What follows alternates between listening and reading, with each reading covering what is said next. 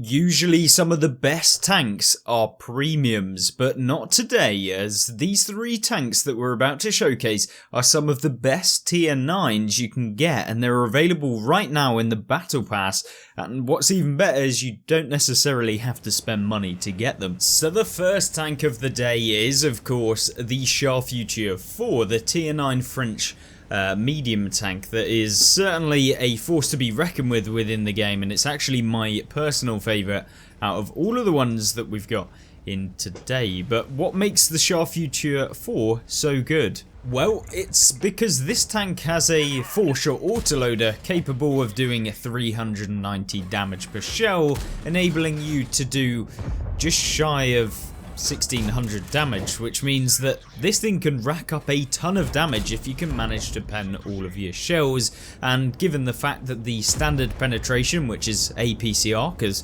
all of the best and perfectly balanced tanks have both APCR and heat, of 264mm, which is pretty much the same as most tier 10 mediums in the game, so you don't really have any struggle when trying to go through some of the opponents that you're probably hoping to, even including some of the top tier heavies. And then if you were, for example, to then decide to fire the heat rounds, you have 330 pen. On top of that, the view range of the vehicle is also really nice, and that allowing you to not only play as like a traditional medium tank that, you know, you may be able to get some spotting damage when the time is right, but actually this one is able to get a ton of spotting damage because of the view range that it gets, and that allows you to kind of form your gameplay in a style that, you know, you can either play a little bit more passively if you're not entirely sure that you can push forward, and of course you can make that work. Now obviously relocation is a very big part of World of Tanks, and being able to be flexible, allowing you to move around the flanks and come out with some really brilliant results, and that is exactly what the Char offers. 60 kilometers an hour at top speed when using this vehicle, making it very reliable to push forward and abuse some of the flanks. So once again, the mobility is perfect, and I mean, in games like this, which you're seeing in the background, is that you're able to kind of develop your game strategy how you want to with the Char. It's not like another vehicle, maybe like a heavy tank, where you're kind of forced into one kind of playstyle. This tank is brilliant for allowing you to do all kinds of playstyles, and it's probably a very good all-rounder. And if you're trying to learn World of Tanks and get better, then in my opinion, this one's actually a pretty decent one, because you'll be able to go for spotting damage. You'll learn how to spot, how not to get spotted, and it's a little bit more forgiving in that role than some of the other mediums in the game. You also then get the autoloader, so you can punish a lot of tanks that might try and YOLO you. You get the view range that a lot of vehicles don't have, and also the fact that you've got very reliable gun handling, to the point where, you know, you're able to deal quite a lot of damage. The intra kind of reload aiming time kind of sucks, so you do have to fully aim even though you are ready to fire during your shells, and the intricate reload is not particularly amazing either at 4 seconds base, that is.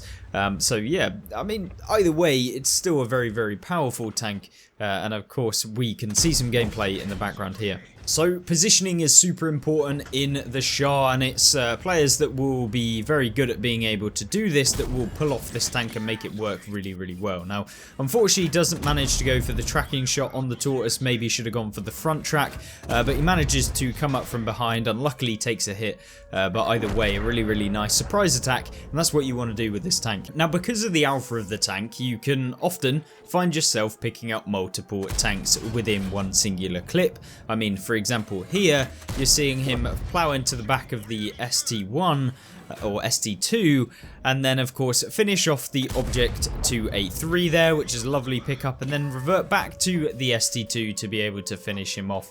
And often because of that high alpha, you'll find a lot of low hit point tanks, and you can even pick up, you know, 3 vehicles within a clip typically if you are in the late stage of the game, and of course the Char gets even more dangerous in that late stage. And this is exactly why the Char is dangerous in that late stage, is because, you know, you can come up against some of the Jaegerus, you can go for the tracking shot on them, and you can push forward, of course, especially when the team are going to be in support against you as well. Now the Jaegeru obviously not quite understanding the mobility of the Char. You're seeing him try and go for that tracking shell there.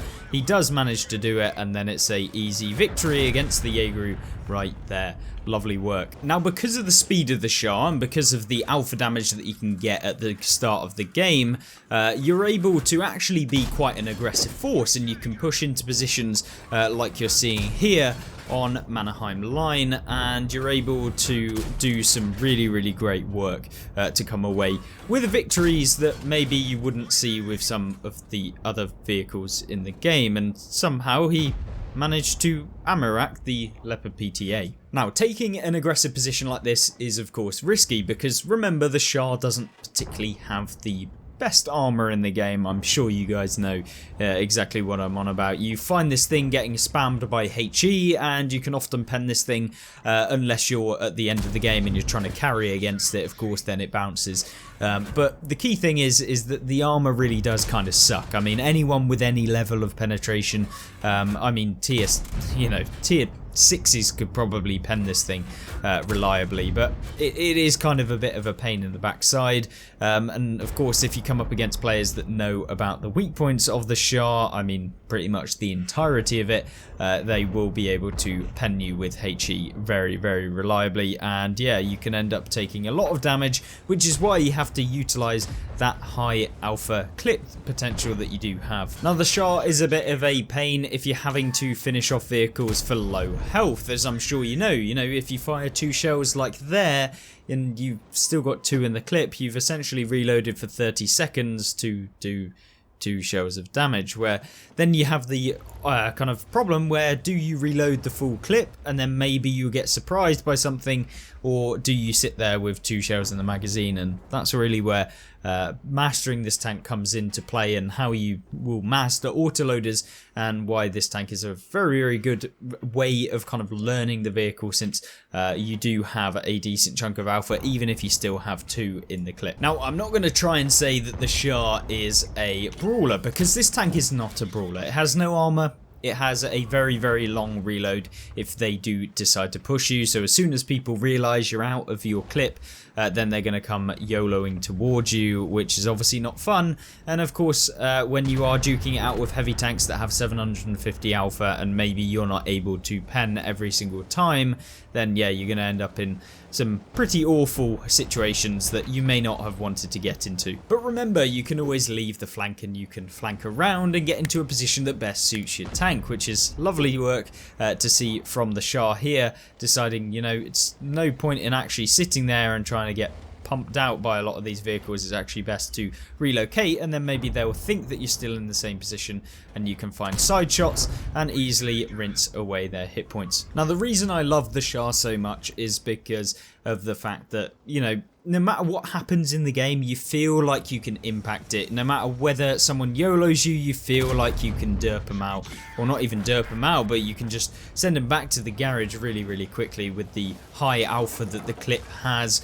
And also, you just can be really forward thinking and kind of mobilize yourself around the battlefield as you see fit to come away with results that you probably wouldn't see with a lot of other vehicles, and especially a lot of other autoloaders. I mean, the Skoda T50 doesn't have the alpha that the Char Futur has, so that's a negative. It does have a much better intraclip reload, so you can pump out the damage much quicker, but the Char has the advantage of having just the high alpha that allows you to, if you find yourself in a position where, you get caught out, or maybe your team really needs you to just go in after one vehicle and deal the pure damage, then this tank is perfect. And of course, it only costs you 9 battle pass points in the current battle pass, so it is a perfect vehicle for you to actually pick up. And hopefully you guys do actually manage to get this, and you don't actually have to pay for it with real money if you just complete the season passes by playing them to level 50, obviously getting the rewards from each of them for the battle pass tokens. I think you can get like 3 free battle pass tokens, which allows you to get a free vehicle. But obviously, if you are purchasing the battle pass, then you can get a ton more tokens, and of course you can go for them instead. Definitely a great tank everybody should own in the game. Now, it's not been too long since we last showcased this vehicle, which is the second one, the Cobra, which was on the channel as one of the most annoying vehicles in the game. And that's because of the high alpha damage, as well as the inch-clip reload that the vehicle gets of 1.5 seconds, with 490 damage with its Hesh rounds, because of course it needs Hesh rounds doing 490 every single shell, allowing it to do 1960 damage, and with 210 pen, so it's more than capable of dealing with a lot of the mediums, and it certainly can. And of course, not just the paper mediums, because even things like the 121B are not safe against the Cobra. 1,000 damage done there. Yeah, pretty disgusting. Now, the tank does have a horrible reload, and I guess we can take that time to discuss how many points it will cost you to actually pick up this thing. And it is a ton. 24 points to be able to pick it up, but who wouldn't want to be able to clip out a Super Conqueror for basically all of his hit points? I mean, I certainly would, and that's why I'm going to be picking this one up in this season pass. And of course, you are going to have to complete all of the season passes and get all of the rewards to be able to pick this up, but you've got a while to be able to do it.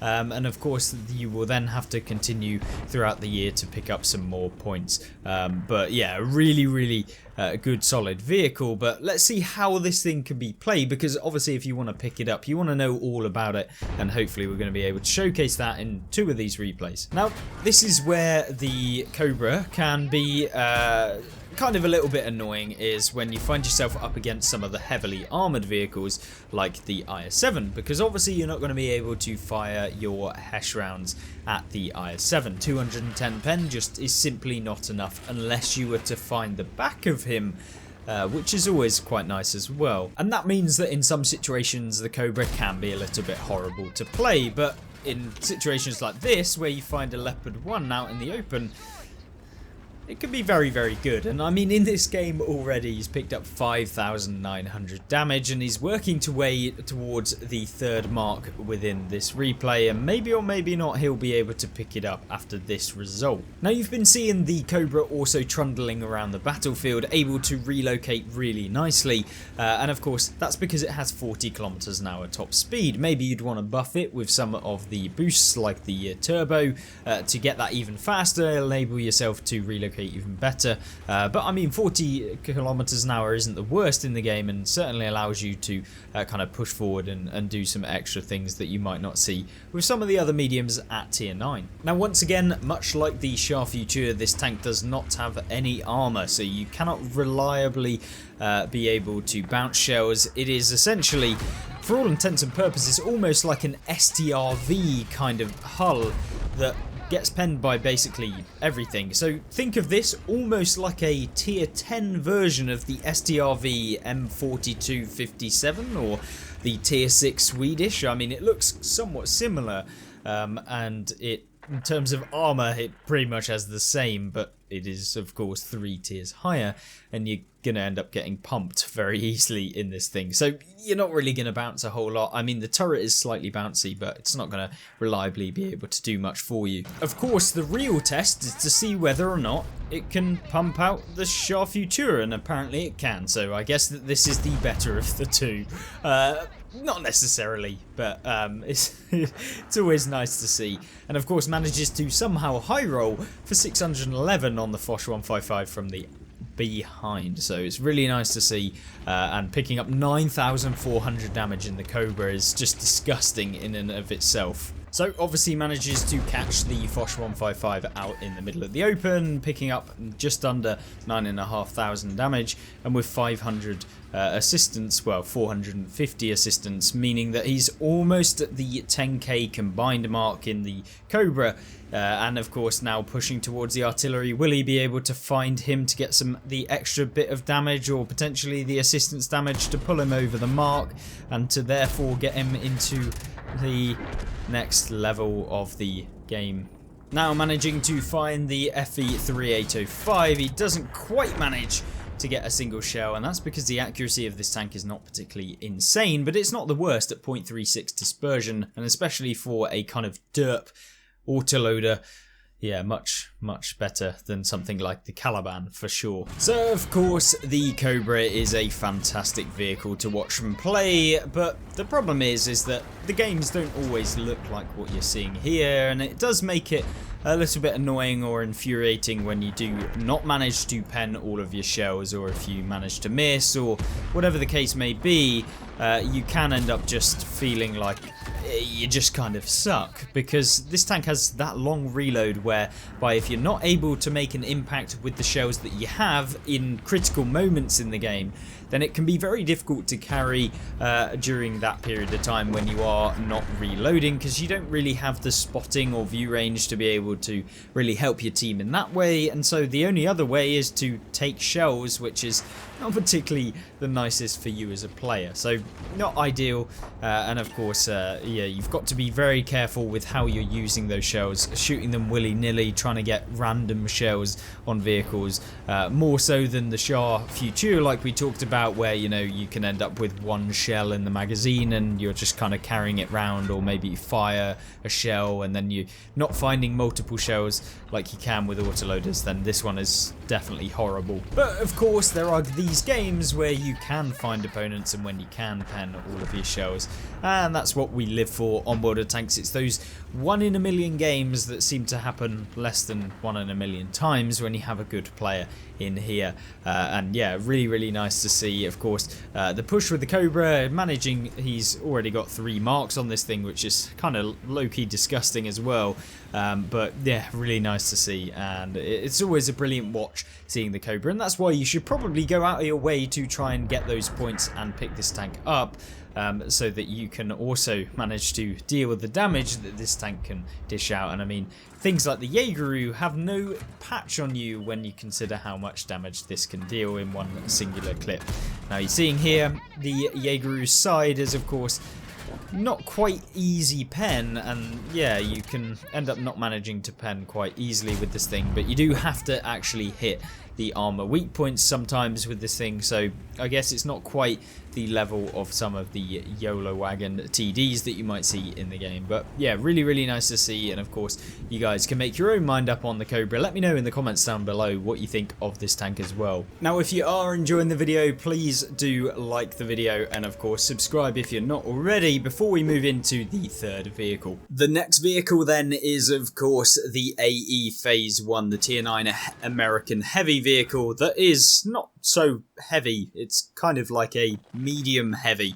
It's like a heavium, I guess. And that's because this tank doesn't particularly have the traditional heavy tank armor that you might expect, which kind of lets it down a little bit. And yeah, it can certainly be a bit of a pain to play. Why, may you ask? Well, it's because the cupola is a big weak point of this vehicle. It can be overmatched on the roof by 155mm guns or higher. It has this area on the side of the turret which kind of sticks out here. There's like a rounded section that can be penned, so if you angle, you can basically pen this area here, much like the FE215B if you've ever seen that weak point. You also then have a huge lower plate, and anyone looking above you will be able to pen the upper plate alongside. When you do try and angle, this side plate here can be penned. So there's a lot of weak points with this vehicle, but you have to make up for it somehow, and I guess we'll see that in this. Now the good thing about the AE Phase 1 is that when you find yourself in a position where you can get hulled down, of course those weak points are a lot harder to hit, because what happens is, of course, now you have to look at it like this, looking up into the turret, which means that the turret weak point that you'd typically see where it can be penned, like the cupola, and also being overmatched in the turret, it's not possible to actually hit them, so therefore they no longer become weak points. So of course it becomes a ridgeline warrior, and it's why you're able to tear apart opponents like that Object 283 there, who obviously maybe is a newer player but stayed out in the open for far too long and got punished very nicely by this tank. And the good thing about this is not only does it get the kind of good mobility to a degree, 35 kilometers an hour, not the slowest heavy in the game, not the fastest, but it's kind of like that traditional American heavy like an E5 for example. And you can get into a position relatively well. Maybe you'd want to use turbo, it's kind of down to how you would prefer, but obviously you do sacrifice some of the potential to get other aspects of your vehicle up. Maybe you'd want to try and improve the accuracy with improved aiming. You might want gun rammer, and of course you could go with vents as well. So you can swap them out how you see fit, as I'm sure you well know with the type of vehicles and your own playstyle, you can suit how you like. So much like the medium tanks at tier 10 and of course the Char, this tank has 258mm of penetration rather than the slightly higher of the Char, but that's not a big deal, since you can still be very competitive up against the tanks like the E100 you're seeing there. He's obviously pushed way too far. I don't know why he came outside on there as opposed to just coming round, but you're seeing now the utilization of those heat rounds at 340mm, meaning that you can certainly plow through a lot of the heavy tanks that you'll be meeting, and anyone that you find on a ridgeline that might try and have a turret much like this tank here does. Now, unfortunately for the IS-2 there, he finds himself out in the open. Don't know why he decided to reverse there. Seems like a bit of a weird decision, especially when you think about this side of the map being predominantly open to people on this ridgeline up here. Yeah, just a weird decision, not particularly the best one I'm sure the IS-2 has ever made. Now, strangely enough, of course, this tank has the same dispersion as you would see with the Cobra, because why wouldn't you have a derpish gun the same as the AE Phase 1? But yeah, I mean, 0.36 dispersion, it is not awful, it just is not, perfect, I guess. But you are a heavy tank, you do have that armour, you can be on a ridgeline, and predominantly you should be somewhat further forward rather than trying to snipe from the back of the map with this tank, since it's not really about that. And because of the fact that you have lower DPM, usually being more involved in the fight and having more opportunities to fire when you are reloaded that you will get at the front lines, means that the AE Phase 1 can be a bit of a warrior when it comes to pushing forward and getting damage, etc. You guys know the gist of how damage per minute works, I'm sure, by this point. And that's why I really enjoy watching the AE Phase 1 plow through flanks and just be a nuisance. I mean, right here you've seen that AE's just been sat here farming damage against low tier opponents, and of course similar or higher tier opponents in the E100 and things that you're seeing. And that's really nice to see. Dispersion values on this tank, not too bad, not particularly the best either, but it's workable when you're on a ridgeline at this close distance. It's really nice.